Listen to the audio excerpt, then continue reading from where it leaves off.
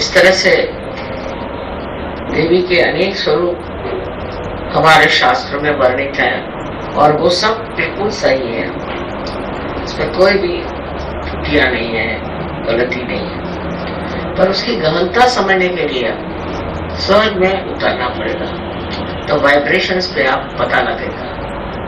अब उसमें डिस्क्रिमिनेशन आप देखेंगे कि हर एक शक्ति के अलग वाइब्रेशंस हैं, पर बड़ी ये सूक्ष्म बात है। इसके लिए जितनी आपकी प्रगति होगी उतने आप समझ पाएंगे। इसका मतलब नहीं कि अब आप उसी में लगे रहिए, मतलब ये है कि आप सिर्फ ध्यान धारणा से अपनी अगर शक्ति बढ़ाएं और अपने को उस स्तर पे उतार लें, तो आप खुद ही समझ आएंगे कि इंसान को देखते ही आप समझ आएंगे कि ये कैसा है। एकदम वो ज्ञान एकदम आ जाए, क्योंकि हम ज्ञान मार्गी हैं और हमारे नसों में ज्ञान आ गया है, तो ये सब पता हो जाए। पर उसके लिए ध्यान करना बहुत जरूरी है, और कोई इसका मार्ग नहीं है कि आप बड़े पूजन करिए, भजन करिए और ये करिए वगैरह, कुछ नहीं। ध्यान करना चाहिए और उसके साथ ही साथ इंट्रोस्पेक्शन। मैं क्यों कर रहा हूँ उसे, मुझे ऐसे क्यों करना है, अपने ऊपर ध्यान होना है और दूसरे को ऊपर नहीं कि योग क्यों करा, क्योंकि उसका कोई फायदा नहीं होने वाला। आप ही को अपने को ठीक करना है, दूसरे को आप ठीक कर सकते। तो अपने ऊपर ध्यान रखें कि मैं ऐसे क्या कर रहा हूँ, वैसे क्यों सोच रहा हूँ, मेरे दिमाग में ऐसी बातें क्यों आती है। अपनी तरफ ध्यान और दूसरे की तरफ प्रेम दृष्टि कीजिए, प्रेम की दृष्टि कि मैं तो प्रेम में बैठा हूं और अंदर मेरे क्या प्रेम हो रहा है सबके लिए, मैं सबके और प्रेम दृष्टि से देखता हूं, मैं सबको माफ कर देता हूं। इस तरह से दो चीज है, एक तो ध्यान और एक आत्म अवलोकन जिसे कहते हैं।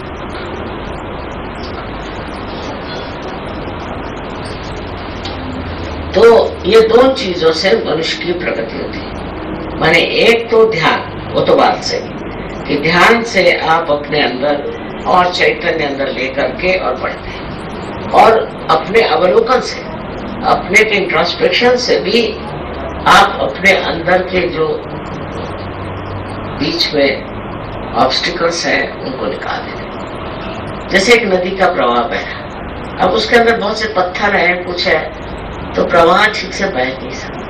अगर वो पत्थर क्या है आप देखते और निकाल लें, तो कुंडलिनी का प्रवाह बिल्कुल बहुत जोरों में बह सकता है।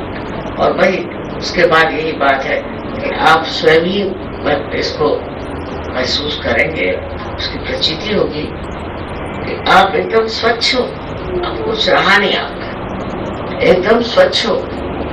वो चीज अंदर से आनी चाहिए। उसमें एक तरह से मैं कहती हूँ ध्यान तो आप लोग करते हैं, ये मुझे मालूम, लेकिन इंट्रोस्पेक्शन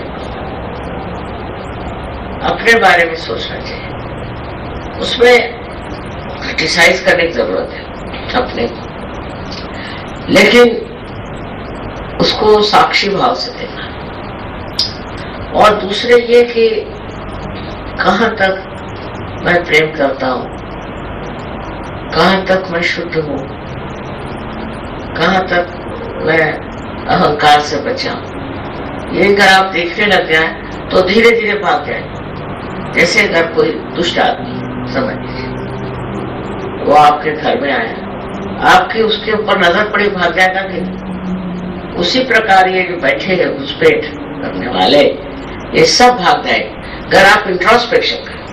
पर अगर आपने अहंकार में मैं तो ठीक हूँ, मैं तो बिल्कुल ठीक हूँ, ऐसे चले, तो यही सफाई करने की जरूरत है, यही निर्मलता, यही स्वच्छता अंदर आने की जरूरत है। और कुंडलिनी तो अपना कार्य कर ही गई, वही आपको छुड़ाएगी। नो, तो कोई कह नहीं सकता कि हम छुड़ाएंगे, लेकिन आपकी दृष्टि पड़ते ही वो चीज खत्म हो जाएगी। दृष्टि पड़ते ही आपकी वो जो बातें हैं, अब किसी को है थोड़ी थोड़ी लोलुपता होती है, जैसे कि सत्ता की लोलुपता, अब दौड़ रहे हैं, वो सत्ता मिल गई फिर भी रुके नहीं, तो चाहते फिर और कोई सत्ता मिले, फिर उसके पीछे दौड़ रहे हैं, उसका कोई अंत नहीं होता। पर अगर ये चीज आपकी नजर में आए कि अरे मैं तो पागल जैसे दौड़ रहा हूँ, ये सत्ता के पीछे में, इसमें क्या आता है, बेकार। शांति से बैठो, जो मिलता है उसको उपभोग हो। आप दौड़ रहे हैं, जो मिला उसको भी नहीं उपभोग है, उसका भी नहीं आनंद उठा रहे, फिर दूसरे के पीछे भागोगे, दूसरे के पीछे। जब ये दशा आ जाए, उसको मैं सहजावस्था, तो सहजावस्था में सारी देवी शक्तियां जितनी हैं आपके चरणों में, आपको संभालेगी, आपको गाइड करेगी, आपको वरदान देगी, सारी चीज आ जाए। पर सहजावस्था नीचे, उसमें मैं ये करने वाला हूँ, मुझे करना चाहिए, मुझे ये करना है, वो करना, ये जब शुरू रहता है तो मैं कहती हूँ कि अभी सहजावस्था नहीं है। और जब सहजावस्था आई तो जैसे एक छोटा बच्चा पलने में पल जाए, ऐसे ही माँ की शक्ति के स्वरूप में रहता है। और ये जितनी भी शक्तियों का वर्णन है, वो सारी शक्तियां हर पर हर तरह से मिलती, जिसकी जो जरूरत होती है, हर एक शक्ति में कोई ना कोई ऐसी विशेषता है। और इसलिए शक्ति की हम लोग पूजा करते हैं और उसको मानते हैं। किसी भी अवतरण से ज्यादा हम शक्ति को मानते हैं सब लोग। उसकी वजह यह है कि शक्ति ही हमको अवतरण की ओर मार्गदर्शन करती है, वही हमें, उसी की दृष्टि से हम अवतरण को पहचान सकते हैं, तो हम पहचान नहीं सकते। इसलिए शक्ति ही आपकी गुरु, शक्ति ही आपकी माता, और शक्ति ही आपके क्या करना चाहिए, अगुआ है। दूसरे और किसी को मानने की जरूरत नहीं। जब एक बार शक्ति को आपने मान लिया तो शक्ति सबको ही मनवा लेगी, सबको समझा देगी। और अब आपने सहज में देखा है कि आप लोग सब हमें तो मानते हैं, ठीक है, लेकिन हम आपको मनवाते हैं और लोग, इनको भी मानो, उनको भी मानो, उनको भी मानो।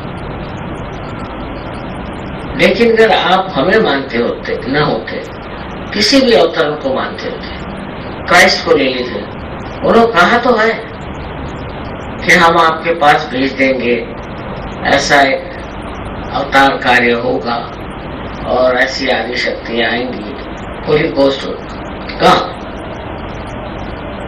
आखिरकार वो अपना काम पूरा कर गए होते तो काय को कर। मोहम्मद साहब ने भी कहा, सबने ये क्यों कहा कि इसका उद्धरण संसार का खोने वाला है, माने उन्होंने भविष्य की बात कही। इसका मतलब ये होता है सीधा सीधा कि उन्होंने जो भविष्यवाणी कही वो इसलिए कि वो जानते थे कि अभी समय नहीं आया कि इनको हम पूर्णता मिलेगा, पूर्ण मिलेगा। और उनकी पूर्णता लाने के लिए ऐसी स्थिति आने वाली है, ये कह देने से, ये बता देने से कि आपकी ऐसी स्थिति आने वाली है, कोई न कोई ऐसे आने वाले हैं, और उसके लिए आप सिर्फ अपना जो चित्त है साफ रखें, चरित्र साफ रखें और परमात्मा को याद करें, इतना बता देना है। लेकिन किसी ने सामूहिक चेतना नहीं दी, चेतना भी बहुत कम लोगों को। इसकी वजह अब वो चीज आप लोगों ने प्राप्त की है, अब आपको तो बहुत जोरों में इसमें प्रगति करनी चाहिए। बस दो ही चीज तो करनी है, एक तो ये कि ध्यान करना है और एक इंट्रोस्पेक्शन। और उसमें तीसरी चीज में जब आपको जो उसमें होगा, मतलब सौंदर्य दृष्टि आ जाए, हर एक आदमी की सुंदरता दिखाई, उसकी अच्छाई दिखाई देगी।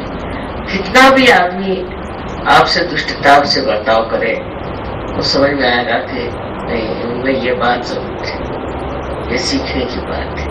तो आपकी नजर बुराई से उठ करके अच्छाई पे जाएगी, और जब अच्छाई पे जाएगी तो आप अच्छाई अपनाएंगे। लेकिन आपकी बुराई पे नजर रहेगी तो आप कैसे अच्छाई अपनाएंगे? इसलिए ये जो स्थिति है जिसमें कि आप, मैंने कहा कि आप अपने को भी आत्मनिरीक्षण करें उससे आपको मालूम नहीं कितना आनंद आता है।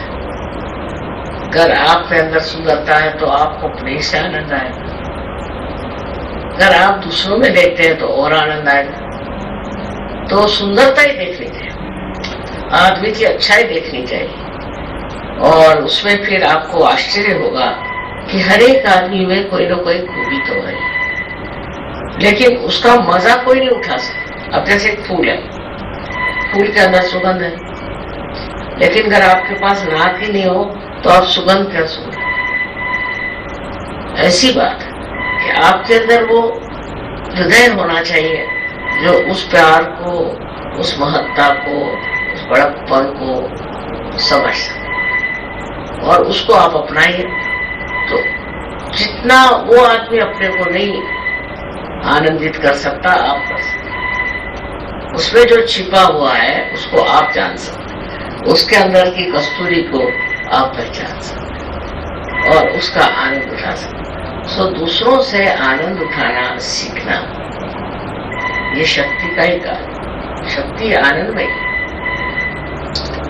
आनंददायी, और जब ये आनंद आने लगेगा तब आप देखिएगा कि आप समझ जाएंगे कि अब तुम हो गए सहज।